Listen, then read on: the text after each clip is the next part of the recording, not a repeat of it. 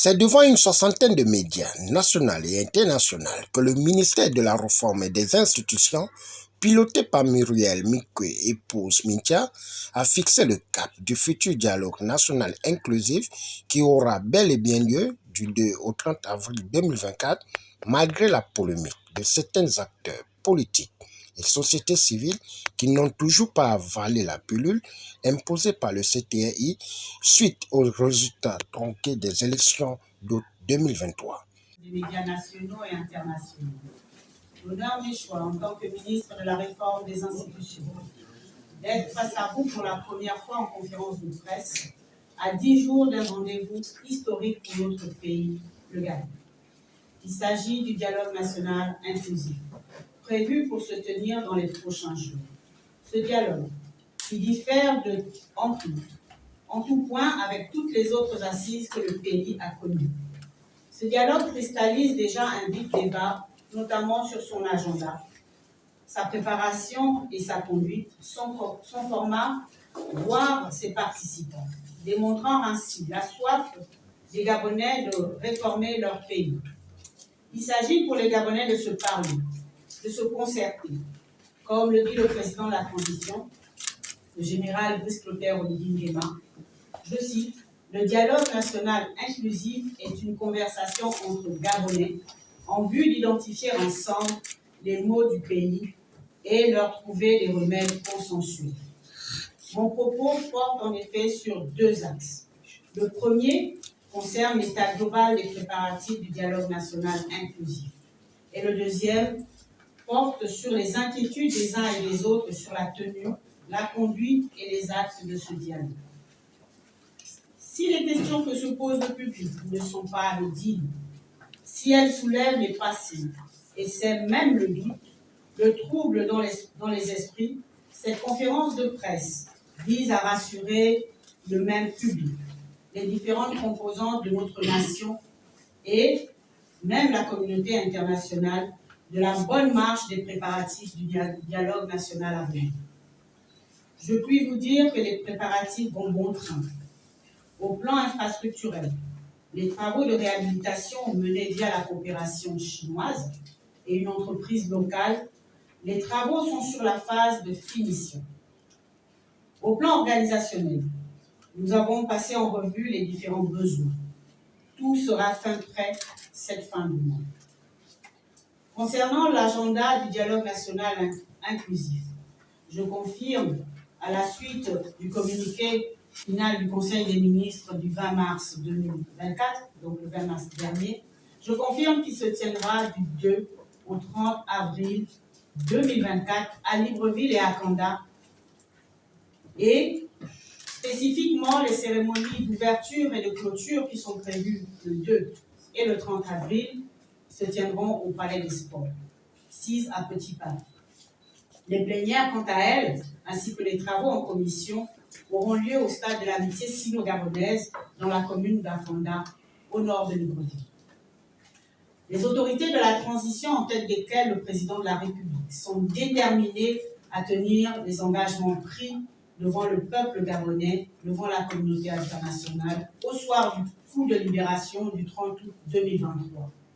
Cette détermination est bien ce qui rassure nos partenaires internationaux, comme le témoigne la réintégration de notre pays au sein de la communauté économique des États de l'Afrique centrale et la levée de toutes les sanctions contre notre pays. Au sujet des inquiétudes de certains, il y a le caractère inclusif des assises. C'est un dialogue inclusif parce qu'il n'exclut personne. Il a été inclusif déjà lors de sa préparation dans la mesure où le peuple a été consulté suite à l'appel à contribution lancé par le Premier ministre de la Transition, M. Raymond Donsima, le 2 octobre 2023. Et cet appel à contribution nous a permis d'avoir plus de 38 000 points de vue, propositions de solutions de nos compatriotes sur l'ensemble du pays et à l'extérieur. Par ailleurs, les peuples autochtones, les personnes vulnérables, notamment celles vivant avec un handicap quel qu'il soit, toute la classe politique sera représentée. Les grands corps de l'État, les administrations, les autorités locales, la société civile, les femmes, les jeunes, les sages seront également représentés tel cela a été décliné dans le décret numéro 115/PR/PT/MRI du 8 mars dernier. Parmi les sujets qui font débat, il y a aussi la question de la souveraineté du dialogue national inclusif. Déjà, les protagonismes de ce débat n'ont pas la même définition de la souveraineté. Généralement, lorsqu'on parle de souveraineté dans ce cadre, c'est que les actes du dialogue s'imposent. Or, il y a des questions, notamment en matière constitutionnelle ou au plan des traités internationaux, qui nécessitent d'être traités par des juristes et des spécialistes. C'est tout le sens de l'Assemblée constituante qui devra réécrire le projet de constitution soumis très prochainement, notamment en fin d'année, au peuple gabonais. Pour notre part, la souveraineté qui appartient au peuple et non à une partie du peuple, comme l'indique la Constitution, sera exprimée, comme je viens de le dire, lors du référendum constitutionnel de la fin de l'année. Il est important de rappeler que le caractère souverain tant réclamé a commencé à se manifester avec les contributions du peuple gabonais.